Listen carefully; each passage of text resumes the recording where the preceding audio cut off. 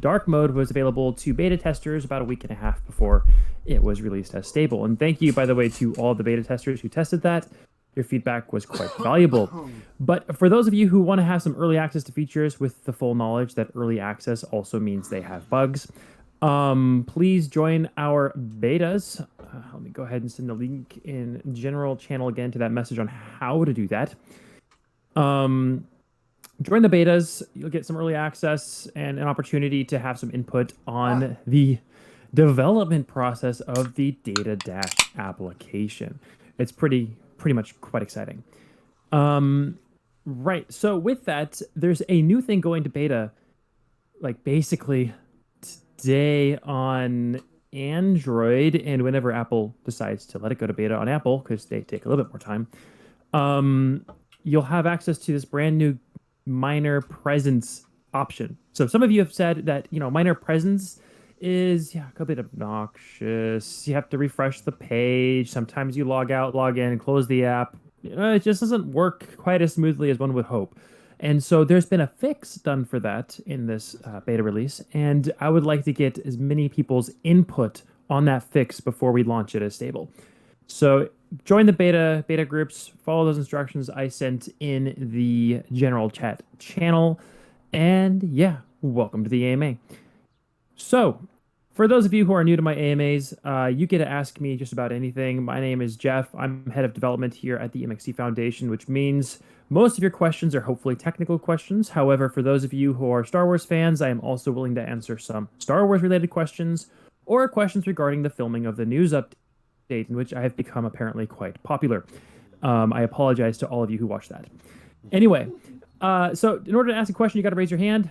Let me go ahead and open the panel here so I can see raised hands.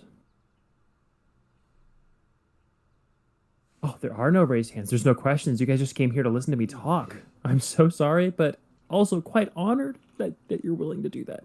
But definitely ask me some questions, because I will eventually start rambling, and my colleagues who are here with me do not want to hear that. So, some questions, guys. Ladies and gentlemen, ask me a question. Okay.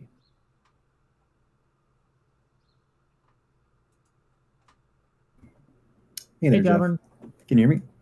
I can hear you. Welcome to the stage.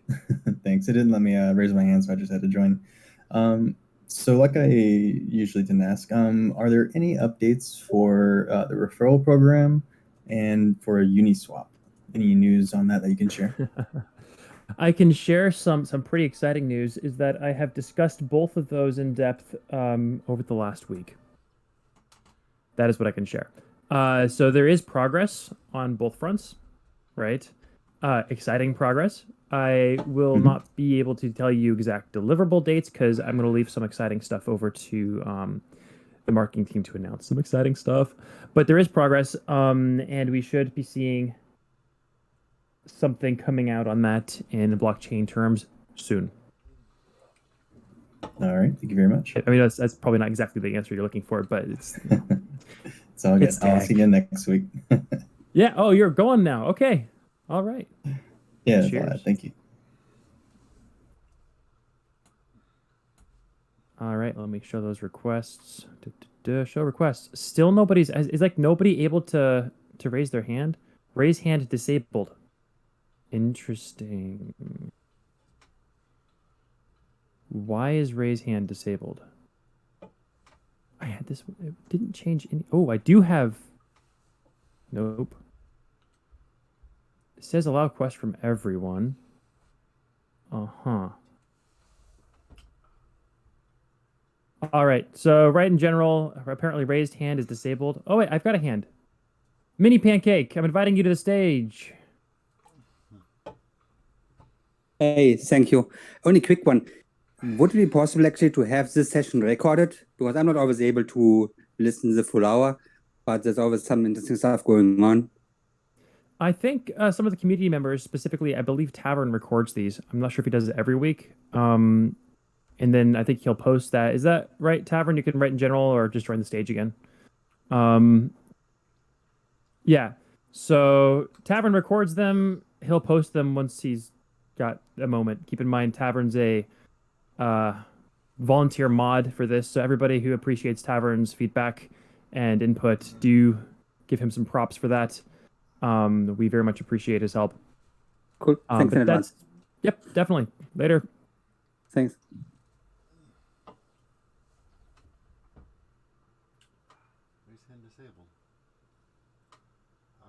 All right. Show requests. Allow requests from everyone. Interesting. Okay. Now you should try raising your hands, guys. There we go. Found the bug. All right. Inviting you, Andres Ovella, to the stage. You got to accept the invite, buddy.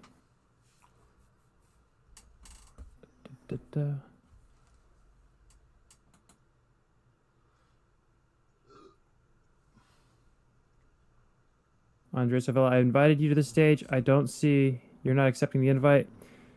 Can anybody else raise hands? Oh, there we go. Yeah.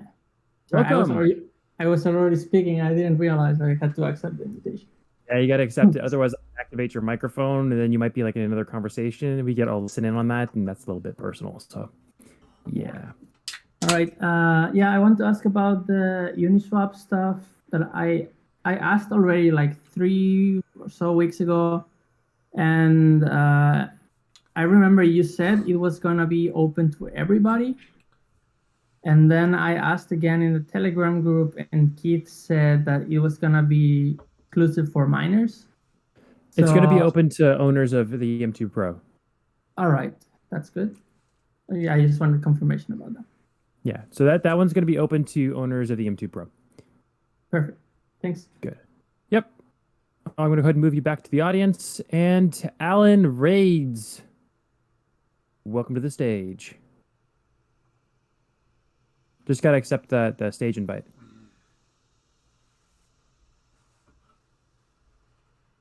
Nope. Raise your hand again. I think you pushed the decline button instead of accept.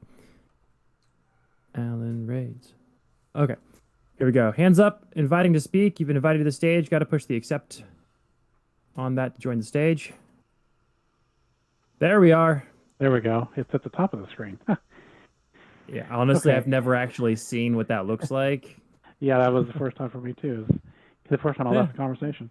I was just curious on this latest update. It used to show on the homepage. It would show the value of your MXC in USD. And now it's just showing your total in MXC. Is there? Am I missing a setting? You're not missing a setting. I think there was a accidental removal in the development process, and that should be something that's returning to it. We just need to dig down and see the best way to put that together, so that because we've added a lot of data, right, to the home screen, right? And we want to make sure we lay that out in a nice way. Maybe like if you hold down on the number, like this is just brainstorming here. You tap on the number, it shows you the USD value. That'd be kind of cool. No, okay.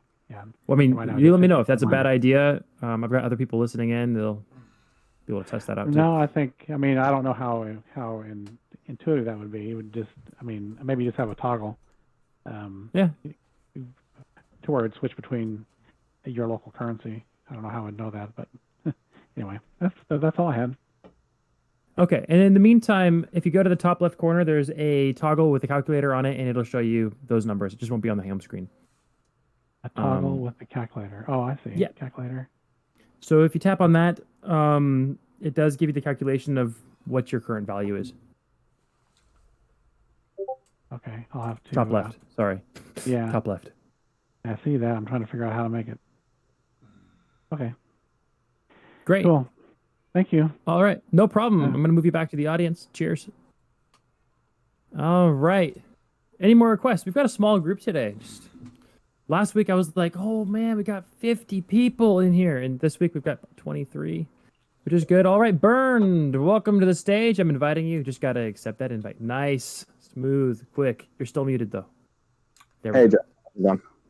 Hey man, going well. Going well. You? I actually just updated the Android app, being part of the beta. So could you just walk through quickly, you mentioned about in the notes, the DHX for the calendar, because when I look at the calendar, it looks like yesterday's results are missing, and I'm only showing a trailing, it was either like 6 or 7 days. I know going back to a bug previously, I think you guys were looking at loading the whole calendar, like so you could see your running total each day. Because right now I know the export feature is only for MXC to see historical for tax reporting. So I just didn't know if there was any update on that or kind of what direction you're going in. So I know at year end, if I have to look at the calendar each day or keep track of my stuff in a separate spreadsheet, or if that'll we'll have those added to the CSV. For tax things, every token that we support will be added to that. Right. Awesome. Cool. So don't worry about that. I mean, obviously keep your own records anyway. But we will be adding additional tokens to that. We've just had some other bugs and issues to work through that then took a little bit of a higher priority. But it is still on the list, still in the backlog, that we'll be adding the other tokens supported by the data dash, especially in the mining or staking category, to the export function. As for the calendar, it is still planned to compile all that data in the calendar so you can scroll through and see your DHX earnings per month. That turned out to be slightly more complex and had a little bit of a load on the system, which we didn't want to do because it's not good for your battery life. So we're double checking that and improving it before we bring that out to everybody. With that, for the calendar itself, in order to get, sometimes like the data dash is designed in a way where it caches data quite a bit, right? And so in order to see yesterday, if you're not seeing yesterday's information, you may need to force close the app. I don't know if you have Android. Yeah, force close the app, or even potentially clear the cache and then go through again, or go back to the main page and pull down on the home page, and that in theory should load all the data fresh, but sometimes the cache still interferes with that. Okay, sounds good. I'll go through those steps. If after a while I can't get it to work, do you want me to log a bug, or it's just just leave it as because that is? means the fix didn't work, right? Okay. Which means that needs to circle back. So definitely, if something's not working the way you expect it to, even if I think it is working the way it should, and you say it's not how you expect it to work, always file a bug or an idea on GitHub so that we can improve the system, because that's what we were trying to do based on your guys' feedback. So even if I think it's not a problem and you think it's a problem, still file the bug. Okay, cool. And then one other question, the NFT piece, any updates on that? I do not have any updates on that right now. Other than there's some cool content about it, but that's the original article. So if you've already read the original article, that's basically the currently available data on that. Sounds good. Thanks, Jeff. Appreciate it. Yep. No worries. Moving it back to the audience. Waiting on the next hand. Gosh, I had a queue of hands last time. Let's get some queued hands. All right. There we go. Informal Crypto. Welcome to the stage. And you're still muted, just so you know. Can you hear me now? I can hear you now. Perfect. Awesome.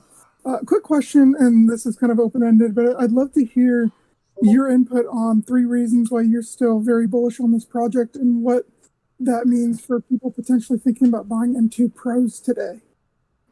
All right, that's actually quite easy. I don't know if I'm going to say 3 specific reasons, because then I got to think of a list and what those are going to be. But I'll just explain to you, like my views of the project and why I think MXC is super epically awesome.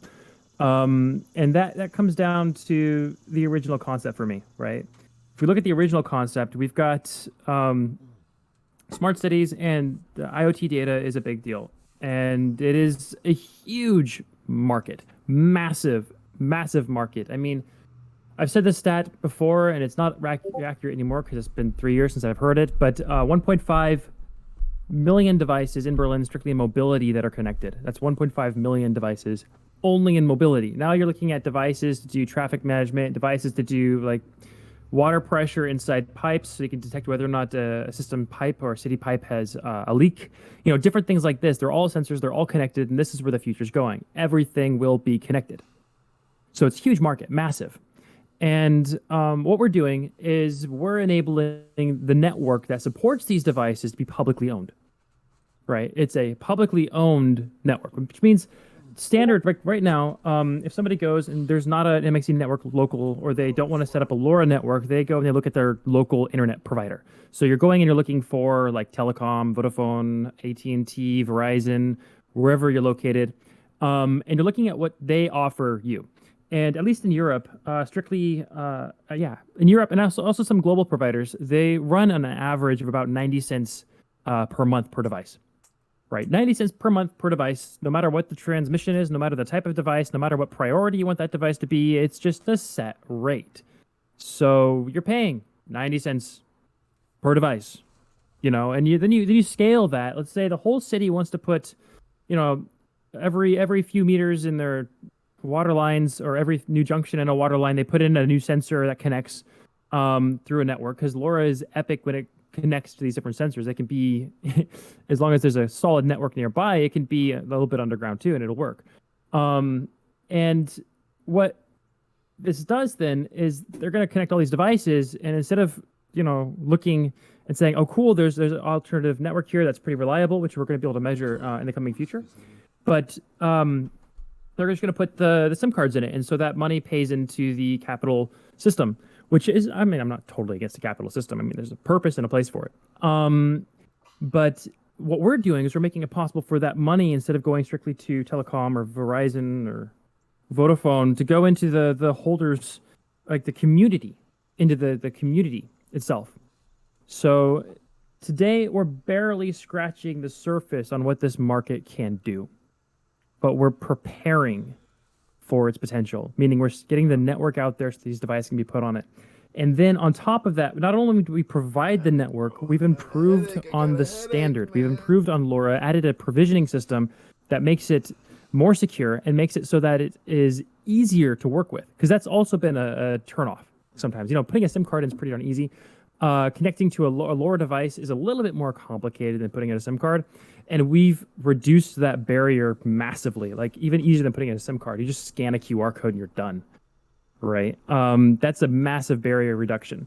And so we've made it easier. We've provided a network. Soon we're going to be able to test the reliability and range of said network, right? And so there's really going to be no reason not to use it. So we'll start pushing out materials to help people promote the network. And I'm really in love with the tech. Right, I'll just say that flat out. There's also a number of other opportunities, right? So the miner is a great opportunity for those of you who just are interested in maybe the project, or just interested in the token itself. If that's your goal, then okay, cool.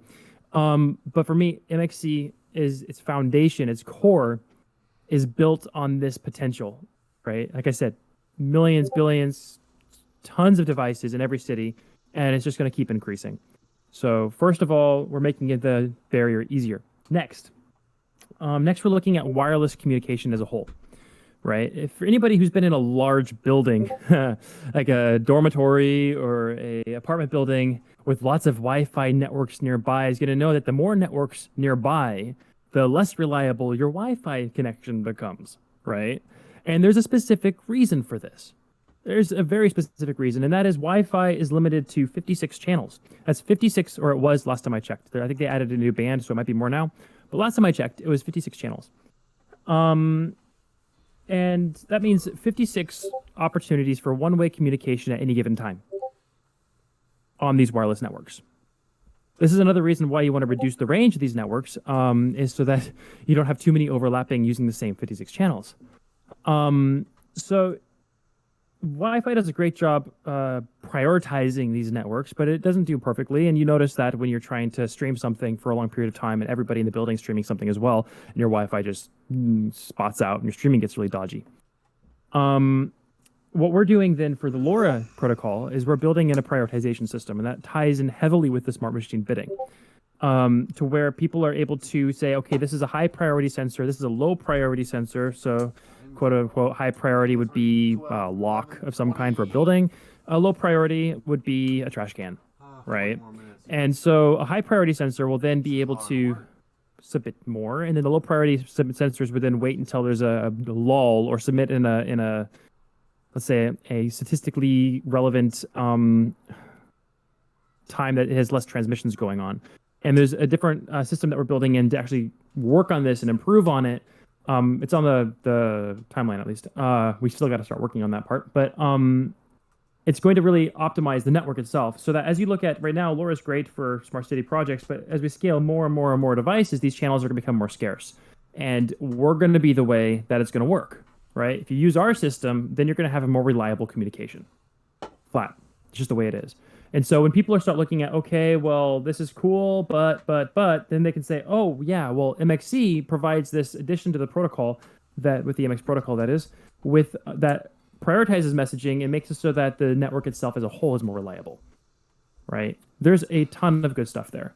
And it's all down to the heavy tech, because you see I'm Jeff Tech, right? Because I'm really into the tech. So there's a lot of potential with that. I do see a large market with this because it is IoT tech. All we have to be able to do is get the network out there, have enough redundancy in the network, which means more miners, to ensure a certain level of uptime, have devices in the network that can then measure this uptime and this range of this network so that we can then say to an enterprise or a government, you'll have this statistical uptime based on this data, right? And then we're set. Because once they have that, they're going to be like, yeah, this is great. This is good stuff. And it's going to work. And the reason I know that is because in the many conversations I had when I first joined Matchx so long ago, and then moved over to MXC, but Matchx. And when I was talking to companies and different governments, things like that, it was very much, we love the concept. That's what they would say. We like the idea. This is good. This is good stuff. But we can't build for a network that doesn't exist. And as you see, if you look at mxcmapper.com, we have the network, right? It's growing. I mean, I've almost got, if you look at Seattle, for crying out loud, that's like, I'm from an area near Seattle, but look at Seattle and you've got enough miners there with I mean, obviously topical plays a role in this, but average range of 25 kilometers, let's say, because all the skyscrapers are down to 6 kilometers, but you've got enough miners there to almost cover Seattle. And we're just getting started. Right? We're just getting started. Like this is unstoppable. It's an amazing movement. I'm super excited about the community we have in this. And now I'm just droning on and on. But that's much more than 3 points. But it is a solid concept. It is in a market that is growing rapidly. That is necessity for smart cities, IoT integration, and things like this. It is a necessity. And the network is needed, and the protocols we're building are needed in order for the sustainability of the network as a whole. So yeah, that's my emotional sort of opinion on that. I hope that sort of gives you some insight on my perception of the project as a whole. Obviously, I'm not going to say invest tons of money because hashtag no investment advice and whatnot. This is just me saying why I'm in it and why I love it and why I've worked so hard on it the last few years. Yeah. That's me. Oh, man. Thank you. Definitely.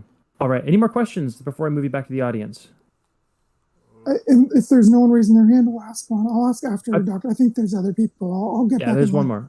Okay, I'll move you back, and then I'm inviting Dr. Joking. Welcome. I'm more interested in learning about your idea about toilets, because he always brings that up. We'll see if that comes up. I've invited you to the stage. Oh, shit. Am I muted?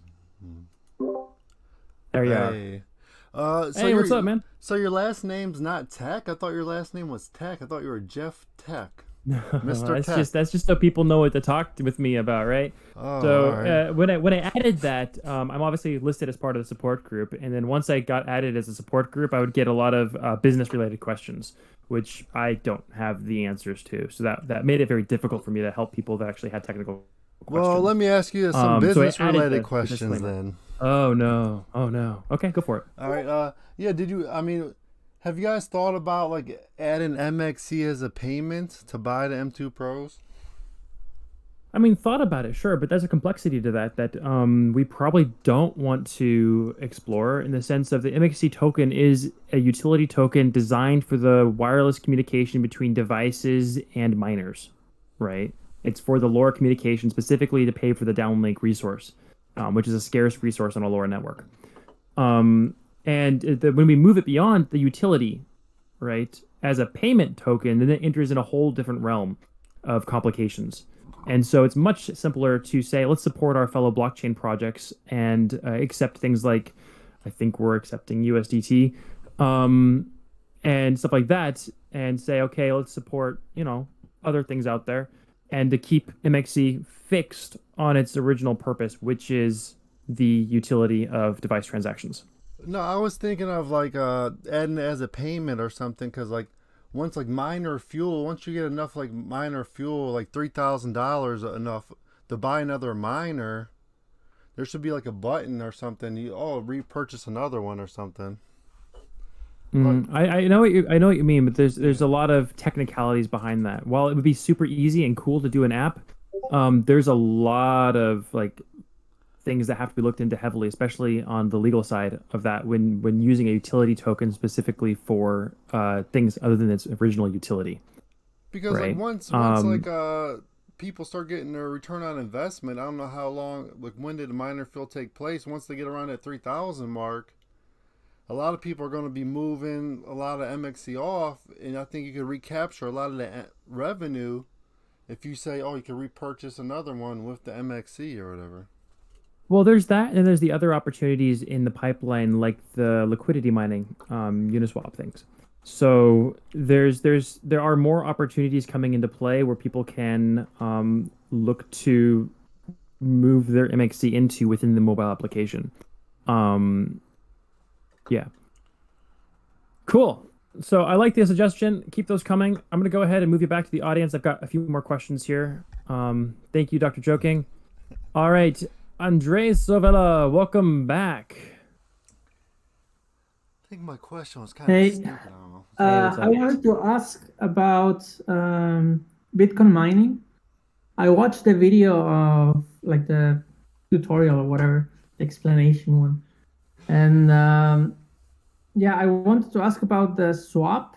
So there's also like talk in Telegram that the Bitcoin mining is on top of what we already earn. So I wonder, where does the MXC to swap into the wrapped Bitcoin comes from?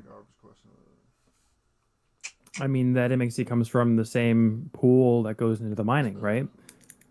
The ongoing buyback, which then supports the entire ecosystem as a whole.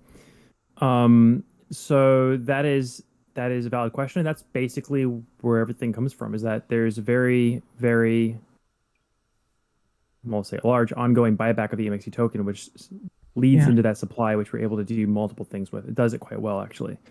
And we're very happy with the results of this process as a whole, as some people are able to see if you look into all the fun stuff with MXC. Cool. And will that change in the future? Like, will it change so that, like, for instance, that you can charge users in BTC for using the network or for using your miner to send data to their sensors or something? That would be a little bit more difficult. It's possible, right? Everything in the world is possible, but that would then reduce the utility of the MXC token, which none of us want, right? We want to keep the utility of the MXC token specific to this device transaction, especially as more devices are on it and more companies want to leverage the network. That brings more companies into purchasing the MXC token, right? Now, if I say, okay, now we're doing Bitcoin, then who's going to buy the MXC token? They're just going to buy the Bitcoin token, right? Well, Bitcoin, not a token, the Bitcoin. So it's one of those things where, sure, it's on a technical point possible, but it defeats the purpose of the network in the sense of what MXC's purpose is. And it's a lot easier for us to do this with MXC for a number of reasons. So while it's possible, the complexity of it and then also just the whole overall concept of it isn't something that we're interested in. Yeah, okay, makes sense. So all the Bitcoin mining that's gonna be done with the M2 Pro is always gonna come from the mining pool from MXC. I won't say it's always specifically coming from that. I mean, I have some really cool techie fun ideas that I've been running through the hardware team, and maybe someday we'll have some alternative opportunities. But for the time being, that is where it's coming from. Cool. Yep. Alrighty then. Was that your question? Yes. Okay, I'll move you back over to the audience and bringing in the next one for a repeat visit, the Informal Crypto. Welcome to the stage. Loving this. You're muted again. I swear I'm going to make that mistake every time. Hey, That's so okay. Everybody does. I know that you said that you're not going to talk or answer business-related questions, but I do have one, so I'm hoping you can at least give your input. So the business model for all the sensors for Matchx, I know that there's these awesome city contracts where Matchx, I assume, will be creating these sensors, building them out as not a requirement, but whatever the city needs, and then deploying them with the city in order for that city to use the network built out by the M2 Pros, and then that's how the income will be generated.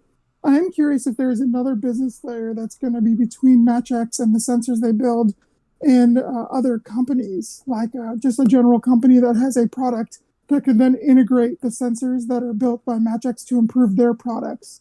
And then those products get sold to the general public. Well, definitely. I mean, I can't talk a lot of specifics because there are some pretty hefty NDAs and some of the stuff we've been working on. But with the Edge AI camera kit, if you look on Matchx's website, I believe it's still posted there. There were a number of use cases that came through where we worked on some technical proof of concepts for a number of companies using that device. And a lot of them were really fun and really cool. And so that's a dev kit, and Matchx is working on the final version of what that dev kit does, right? So the main product. And so with a dev kit, you get companies coming to you and saying, "Hey, we have this idea. Will it work? Hey, this idea, will it work?" And then when you have the final product, where it's a turnkey solution, and they're just able to scan a QR code and it works, like there's a huge market for that, especially in the AI sector. So with that, I see a lot of products. Sure, there's multiple audience bases for the Matchx hardware and sensors and the miners themselves even. And you have the miners going to the cryptocurrency enthusiasts like you guys, and some of you guys are also very much interested in the tech, which is really cool. I love it when I hear people interested in the tech. Thank you, all you guys. Jeff Tech. Anyway. And so they have the cryptocurrency enthusiasts who are interested in the cryptocurrency portion of the whole ecosystem. Then you have the kind of hybrid. They're interested in the crypto, but they're also interested in optimizing for the tech, right? So we've got these guys in here and optimizing their antennas, getting more packets in, making their networks larger with off-market antennas. Like, kudos to you guys. You're supporting the network. We really appreciate that, and really appreciate that ongoing discussion you've been having on different ways to improve connectivity. And then you've got the users of the network, right? So these are going to be primarily yes, there's going to be some hobby projects, and yes, there's going to be some items for cryptocurrency tech enthusiasts that can get involved and add devices to the network themselves for their own purposes. But the primary driver on this is going to be B2B and B2G. So business to business and business to government. Business. Right? Because they're the ones that deploy a lot of devices and they purchase a lot of devices. Right? So that's the item where it's really going to just start to shine, is once we get the devices built with a pretty cool new core, and get those in the sense of everything working on the provisioning system. There's a cool example coming out hopefully next week. I'm saying that because there's some work being done on it. That's a technical overview of how to use device provisioning on an actual device. It's very technical and it's geared more towards manufacturers, but that's the beginning of getting people involved and getting manufacturers start integrating this protocol. Jeff answers me and long once as that fuck, happens, don't they? like You I ask me a announced a while question, ago he'll talk in for the like news 5, update, 6 we're talking minutes. with It's a like, number of come on, developers bro. of these Ask a devices, simple right? These question, IoT you don't gotta devices that talk sell their for 20 devices minutes. over multiple platforms, including over Amazon. And they'll be integrating this as the default provisioning system, which means most people will be provisioning and using it on the MXC network, right? Because that's the easiest thing to do. Why not, right? I keep saying right. I'm sorry. Somebody should do a counter every time I say right, and then we'll bet later. Not bet. Okay, we can't do betting. But guess later how many times I'm going to say right in the whole conversation. But that's the direction. There are a lot of markets available for devices that connect over wireless networks. And by demonstrating that this network not only is stable, has good range and good coverage, we're also able to demonstrate that it has a good cost point, because most IoT devices work through uplinks, right? Trash can sends a message to the server. It doesn't receive a message from the server. You're not telling your trash can to do stuff. And uplinks on the network are very inexpensive. And so as a whole, our network is much more attractive than any other. Just on that specific point even. So all those other great points I mentioned, but that one's also a very specific point. I think I'm just rambling on at this point. I think I answered your question. Yep, thank you. Alrighty, I'll move you back to the audience. I've got Alan Raids welcoming you to the stage. Hi again. I was curious, long down the road as devices are using the LoRa network, will that increase the miner profits, or are we always going to be pretty much just as a miner just mining or getting the MXC just for having the device in place, or will we be able to get any revenue or additional revenues from the activity on the network itself? Devices being on devices being on the network will supplement the earnings of the M2 Pro. So there is a fee, not immediately, because this is the thing I'm doing, is as we're building this network, there's bound to be some issues with it, right? And if somebody's paying for something, they don't want to see issues. They just don't want to see issues. And so if you've looked at the app, you can see downlink price is set at 0. And the reason that is set at 0 is we're trying to get people to onboard to the network and use the network initially, and then we'll grandfather them into the payment system later on once we get enough people on the network. And then that's when it'll really start to show in the application. Until then, because like I've said in a number of these AMAs, we have the chicken before egg or egg before chicken issue. People don't build devices for a network that doesn't exist, and people don't like setting up a network for devices that don't exist. So we're getting that network out there. We're getting that network stable, which is what you guys are helping us with. And then we're going to measure the network, and there's going to be a way for you to help us with that as well. For its reliability and its range and coverage, all those cool fun things that companies and governments like to know before they build and buy and use a network. And then once we have all of that, we'll get the more serious. I mean, there's some minor, like smaller companies that get on board a little earlier on. But as we have all that data, then we can get additional contracts in a little bit more easily. I mean, we have the contracts we already have. Those are cool.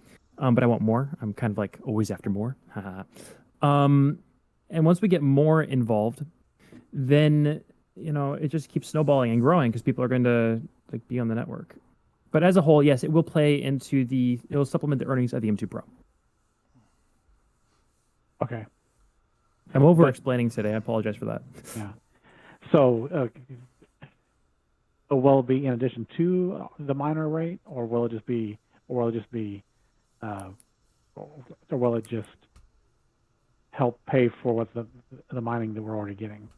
Proof of participation will always be a level of opportunity on the M2 Pro. So proof of participation is important. Primarily because comes down to this original thing, do you have the network first, the devices first? And looking in the more rural areas that are behind in this type of connectivity, if there's no network in place, they're going to choose what they have available. But if we're able to have proof of participation going and people setting up these miners in these areas that are kind of off grid, then when smaller towns look to connect, because that will happen eventually, because that is the way to go, they're going to look around for what network to use, and there's that network going to be available, that MXC network. And that's important. Without that, we're not going to experience growth quite as easily. So proof of participation will always be a part of the mining opportunity with an M2 Pro miner. The device earnings will be a supplement to that. Okay. Cool. Yep. Already. I don't know. Have you? Is there anything changed with the Bitcoin, the DOS? I never say it right. Das Kaiserprojekt. Yeah. Change. What should I say on that? I will say things look positive. That is what I'll say. Things look positive. We're liking what we see. Okay. Cool. Alrighty. Yep, no worries. I'll move you back to the audience and bring in Dr. Joking for his third appearance. I don't remember. Second appearance today?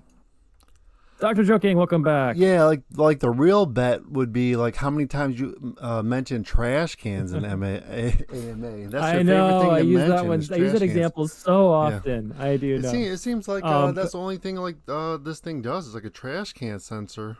Oh, it does. It does a lot more, but it's one of the items that most people can relate to because everybody uses a trash can. Yeah, would you support like a little microchip get implanted into your hand, and you could just like these smart cities could track everywhere you go, and you could buy and sell on it? You would not. I mean, I wouldn't. I don't know. Maybe in the future when this is not a security or personal privacy problem, maybe somebody will build it, but I don't think that we're any time close to that. Well, I thought this was the whole plan. No, microchips in people. No, thank you. No, I thought it was just. Oh, how about a bracelet? Like a little bracelet. I mean, people already carry around their phones, right? Yeah, but that does more than enough tracking for them.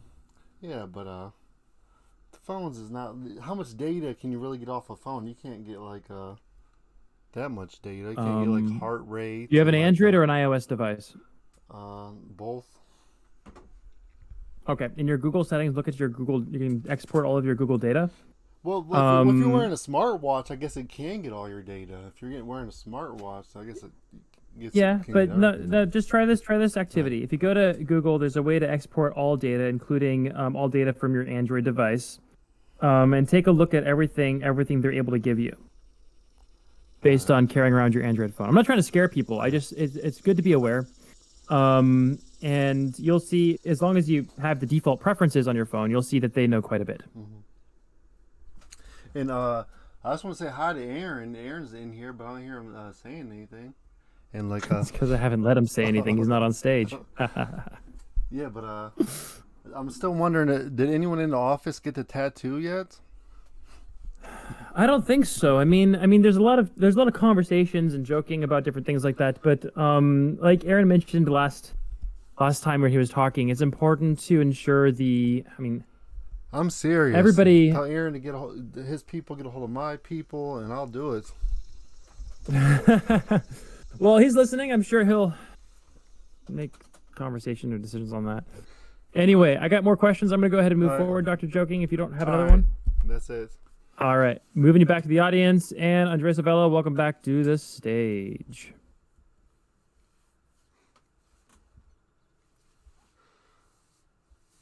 There he is. And perfect. Got the mute done. Yeah, sorry, I lost my mouse. Couldn't find. Yeah, I have a short question. Until when is the DKP2 gonna last? Ooh, I don't know that exact timeline right at this moment in front of me.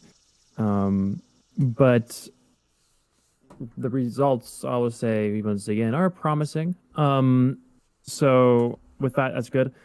But for the exact duration, it looks like it'll close this weekend. This week? This weekend. Cool. All right. So the test phase closes this weekend. Cool. That's it. Yep. All right. Moving you off the stage. Then, now it's me here alone, waiting for some hands. Hey, I say that and there's more hands. Awesome.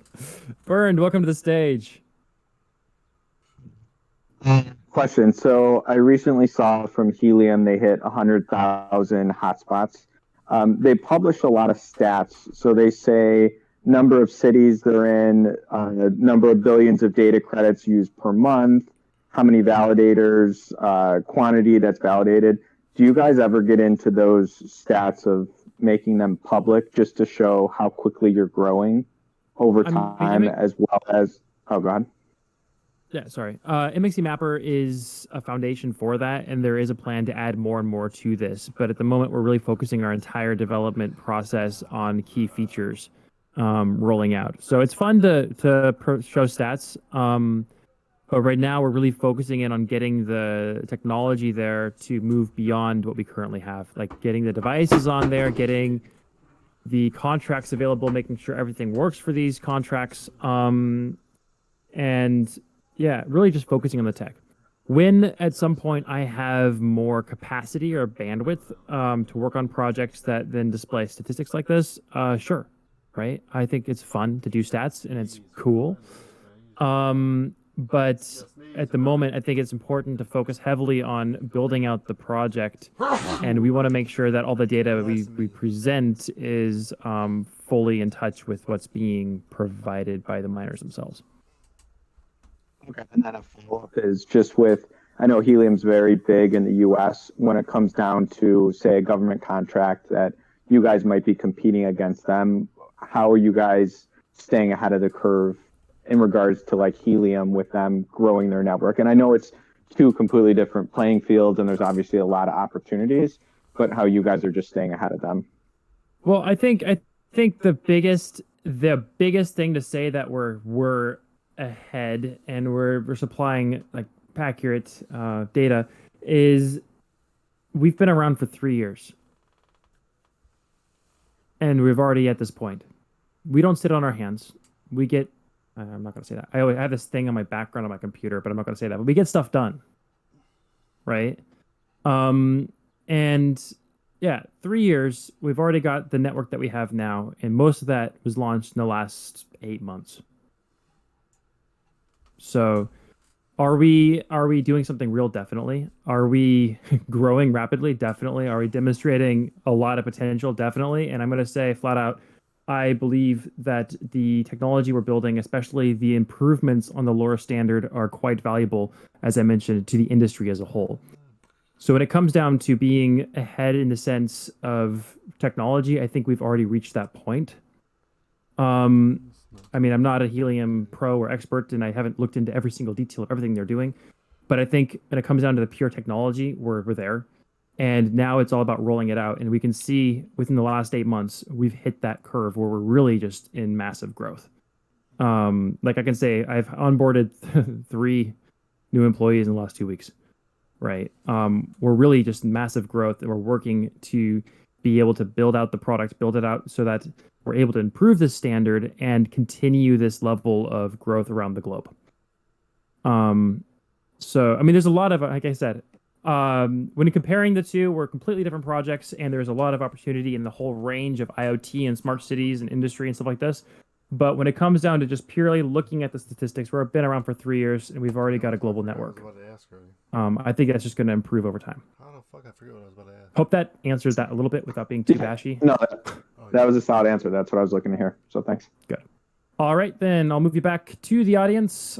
Oh, wow. I've got 4 questions. Oh, I'm so happy. Stefan, welcome to the stage. Hi there, Jeff. Can you hear me? Yeah, I can hear you. All right. I have a little question.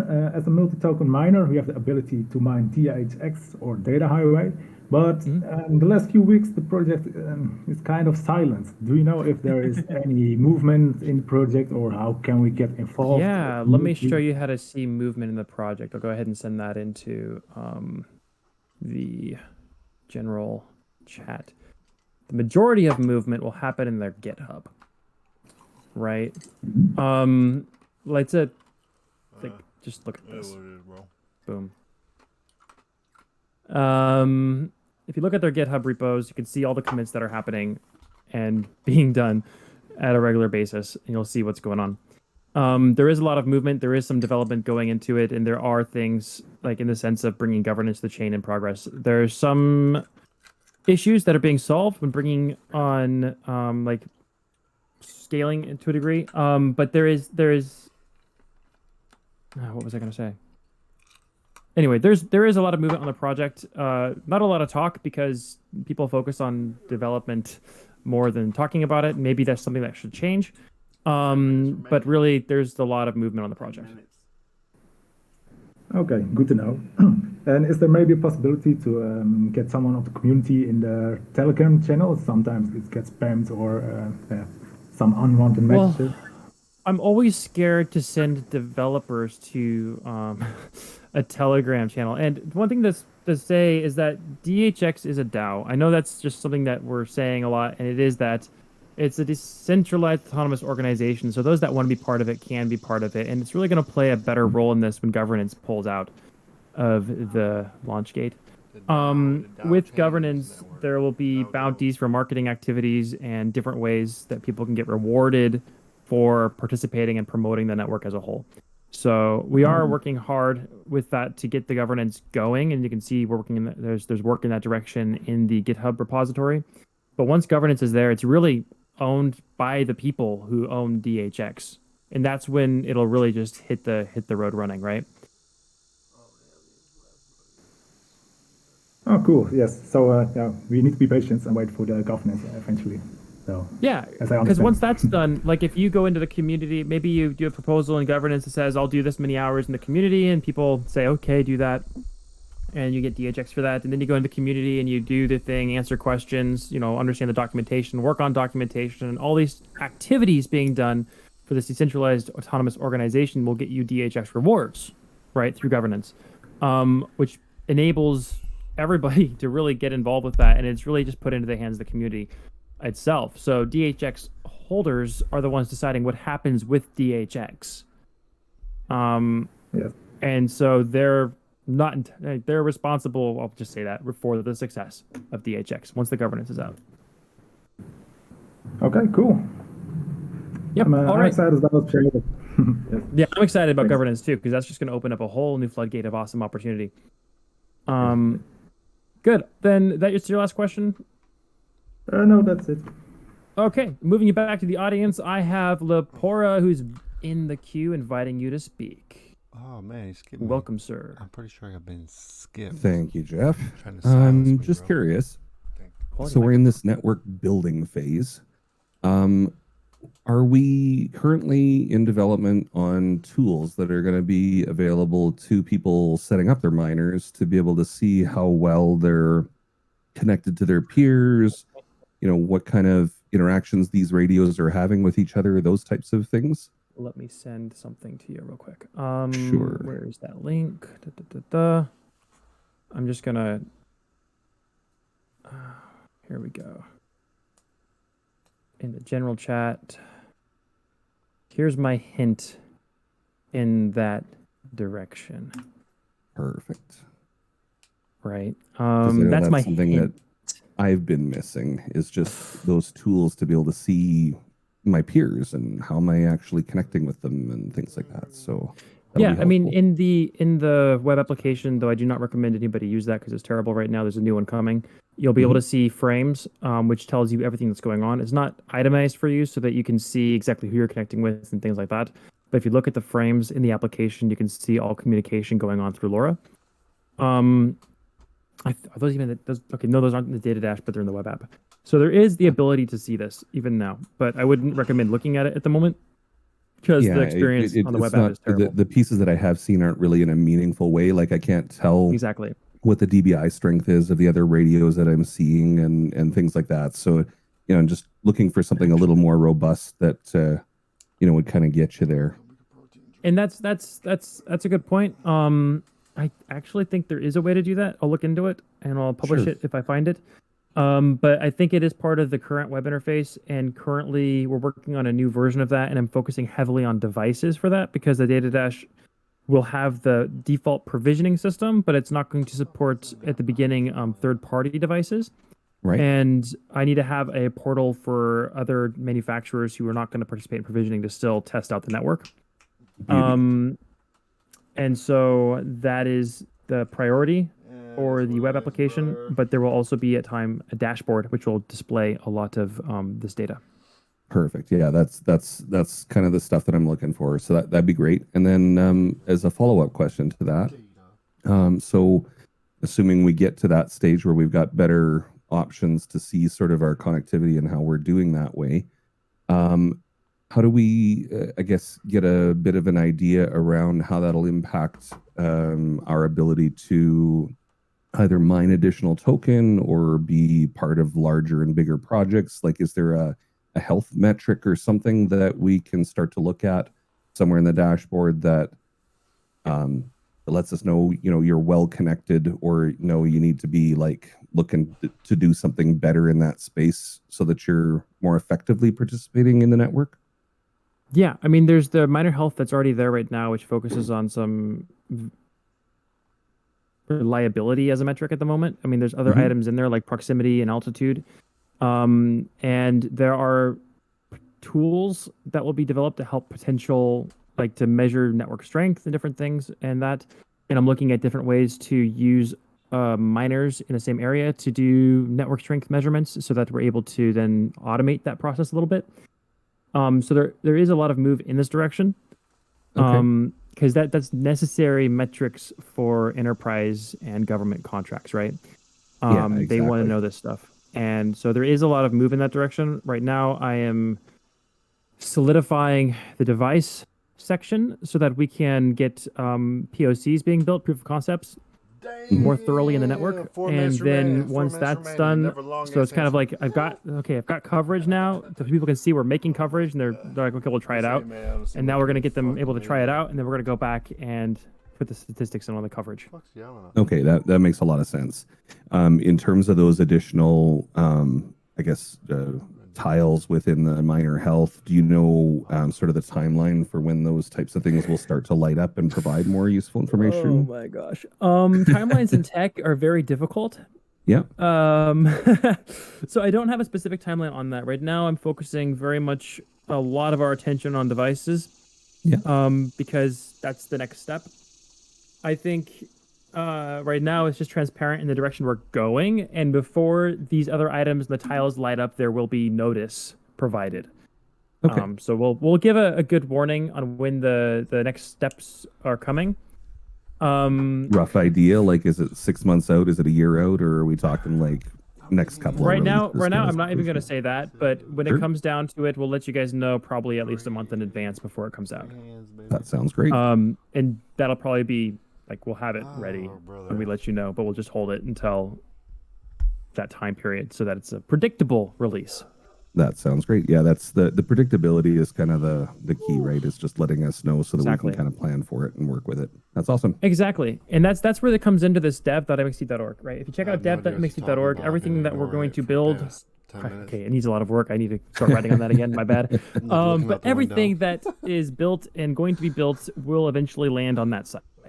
We only need 3 more Jeffs to be able to tackle that site and everything else related with it. Yeah, I mean, I've got some good people who've joined the team. So once the onboarding is completed, there's some opportunities for some of our new team members to also participate in the documentation, right? So that is pretty cool. But as you understand, before you can actually write documentation, you've got to have a really strong understanding of the entire 100%. network itself. And so the onboarding process for that is on its way. 100%. Awesome. Thank you, Jeff. Yep, no worries. I'll go ahead and bring in the next question. All right, I'm gonna give you guys a warning. If you guys have any questions, get in the queue during my talk with Dr. Joking here, because after my conversation with Dr. Joking, I'm gonna shut down the ability to raise your hand because it's coming close to 6 o'clock here. So, Dr. Joking, welcome back to the stage. Yeah, I think we have to. You can't be saying stage every time. Maybe like switch. What it is up a stage? This is a stage Say, channel. It makes me feel welcome to excited. the floor, or like you have the mic. I mean, we got to switch it up a little bit. Okay, I'll work on that.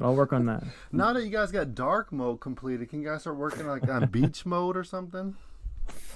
No, I mean, No? technically, it wouldn't be terribly difficult to add another 'cause it's theme, like- right? yeah, So yeah. it's technically possible, but I really want to focus on some of these more obnoxious bugs in the application that users have been reporting, specific to, for example, the DHX mining calendar. Yeah, but so you're not going to be here next week? Is that the plan? Correct. This is the AMA's timeline has changed, so we'll let you guys know in the next one, probably beginning of next month. All right, yeah. So next week will be a community chat. I'll be here, so don't forget everyone to come back next week. Just be like a free for all, like how it was before this new stage format. Yeah, that'd be kind of fun. Everybody jumps in an audio channel and has a great conversation. I mean, that's what we're here for, is build out the concept and the network. All right, I'll let the other people ask their questions. I had enough time today. All right, bye. Alrighty. Okay, moving it back to the audience, and I've got 2 more in here.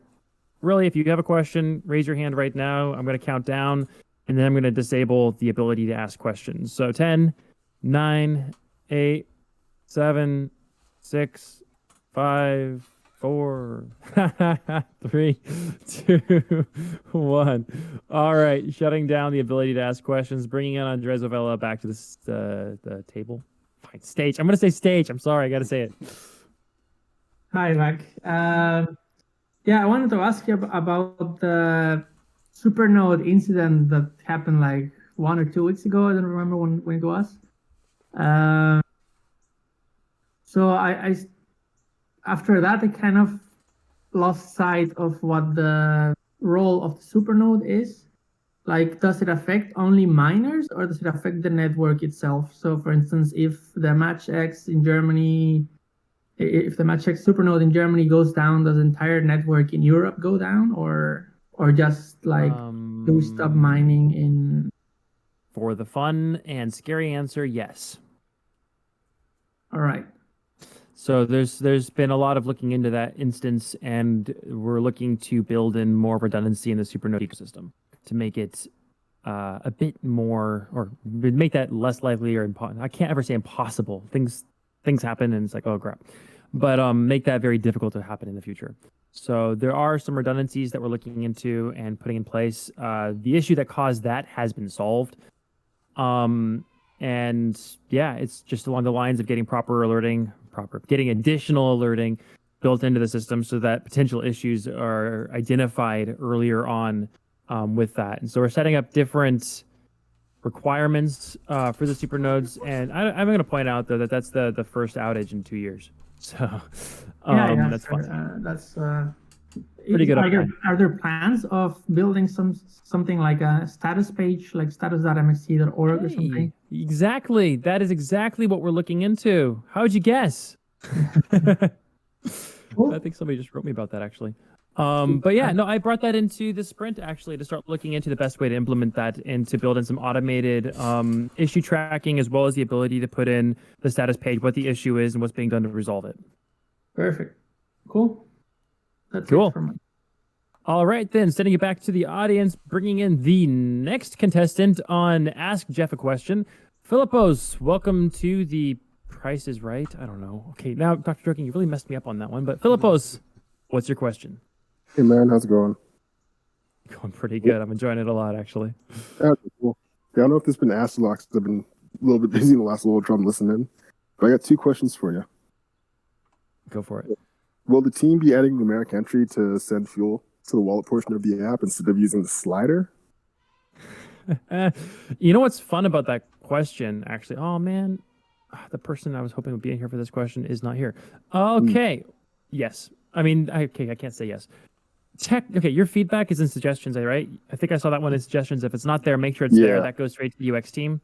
And then in the future, before things are built, I've actually added additional one more person to the UX team. I'm looking for more. And they will start doing more user testing before new features come out. So we'll catch things that are kind of not working quite right before it actually hits the release. Oh, okay. So it's good feedback. Eventually? What was that? It's like eventually, potentially, or not on the list right now? Technically, it's not on the list right now, but if you added suggestions, I can add it to the list. Okay, cool. And then I guess the other question I had is, so I noticed on the Helium network, they had a few issues with location spoofing. And people setting up yeah, so I was going to ask, is that, is it kind of built into the miner that like it has security built in so you can't do that? I mean, oh gosh. When it comes to technology, right, I can't say it's hacker proof. Yeah, that makes sense. I can't say it's hacker proof because in theory, when quantum computers become a regular thing, even Bitcoin's hackable. I shouldn't say that. It's a theory. It may not be true. But as technology increases, the potential for hacking also increases. But at this time, that's not a problem we're facing. Okay. Sounds good to me. Perfect. All righty. Let's bring in the next contestant on... the last contestant, actually. Dr. Joking, welcome back to the stage. Yeah, like I was just looking at Data Dash and like can you like add your socials to it, like your YouTube channel, Discord? You can't add your social links in there, and then everything in Data Dash. Could you like put like broadcast like a message of a day on the Data Dash, and you log in, just have it on top, your little like a message of the day or something? Yeah, that's something that I've wanted to do for some time actually, is to add a notification system into the Data Dash application that would allow the marketing team or any members of the not any members of the team, that sounds like too much, but allow specific key people to be able to send a message of the day in the application. That's something that's quite cool for me. And once I get some bugs fixed, a lot of that is a Flutter integration with a third-party service to make that possible with the push server. So Yeah, it and like your could be social coming. links, like a help button. A help button will like come to your Oh, Discord. you know or my something. dream? You know my dream actually is to make it so that we have the support desk that Matchx has together that answers the hardware questions, right? My dream is to integrate that natively into the Data Dash application so you can actually open and manage a support ticket directly in the Data Dash. Yeah. That's a dream I'm having right now, and Yeah, maybe 'cause a that'll lot come to of reality. A lot of people don't have Discord and all these other apps and stuff, so. Well, technically, all they have to do is write an email to support@mxc.org or support@matchx.io if it's a hardware issue, and that'll be resolved for them through that channel. If they want community support when we're sleeping, then Discord for tech is honestly the best way to go because it's organized. Have different channels for specific issues, right? But Telegram also does a great job answering some questions too. So we do have multiple platforms so people can ask questions where they are. I just think Discord is the most technical of all the platforms, and I do have a dream. I have a dream that will have the support natively integrated into the application, so you can open a ticket directly in app and work with support agents in the app instead of having to take it to a third-party application at all. Yeah, and like another thing, just like I have like more like a promotions or contests during the month, at least like a monthly one. They try to keep like some fun in the community too. Like I never see any. I don't know. Well, I mean, we do have some fun activities in the pipeline coming up. And I think it's key I really to can't see know. their I mean, there are Twitter. some. What? I said I really can't see the Twitter or nothing. So. Nah. Well, there are some fun things going on and some interaction. There was a poll that came out this week to get some feedback, and there's going to be more of these little items to get feedback from the community. As for promotions or in the sense of contests, there are plans for some upcoming cool stuff that is going through, and I'm not going to spoil things because there's a lot of work going into it. And if I mention it now, then those that worked on it will be like, "Why'd you say this?" Anyway, but there are some cool things coming. And Like a color there was book? also this this emoticons thing that happened to win a merch pack. So that's also things. So there are things that are actually happening on Twitter. All right, nice. And we could probably expand that to different channels. All right, sounds great. Yep. All right, then I'll move you back to the audience and I will wrap it up. All right, so that's been the AMA this week. Keep in mind the next AMA is the beginning of next month. There might be another pop-up AMA in the meantime. Maybe not from me, but from somebody else. I'm tempted to say that when someone has free time on the team that they just jump on the stage and then send a message to everyone and say, "Hey, I'm here." But for a formal AMA like this one, probably beginning of next month. First Tuesday of the month is kind of the goal. Alrighty. That is that. Thank you guys. Have a great remainder of your Tuesday, and I look forward to seeing you all in the community moving forward.